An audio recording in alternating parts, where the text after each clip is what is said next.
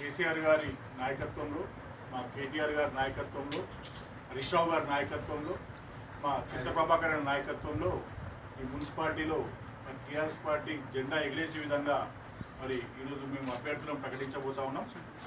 మొదటగా మొదటి వార్డు నుంచి ఫణికృష్ణ,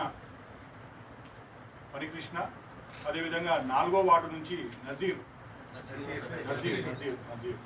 అదేవిధంగా 7వ వార్డు నుంచి విద్యాసాగర్ రెడ్డి గారు, అదేవిధంగా 9వ వార్డు నుంచి బేగరి ప్రశాంత్, అదేవిధంగా 12వ వార్డు నుంచి చీలా స్వరూప మల్లన్న గారు, అదేవిధంగా 13వ వార్డు నుంచి ఎర్ర విశాలి నాగరాజ్ గౌడ్ గారు, 16వ వార్డు నుండి మాజీ మున్సిపల్ చైర్మన్ గారు చింతా గోపాల్ గారు, అదేవిధంగా 21వ వార్డు నుంచి మొబిన్ గారు, 24వ వార్డు నుంచి ఖలీల్ పటేల్ గారు, అదేవిధంగా 26వ వార్డు నుంచి అపర్ణ శివరాజ్ పాటిల్ గారిని అభ్యర్థులుగా మా చింత ప్రభాకర్ గారి ఆదేశానుసారం ప్రకటిస్తా ఉన్నాం. మిగతాయి కూడా తొందరలో ఒక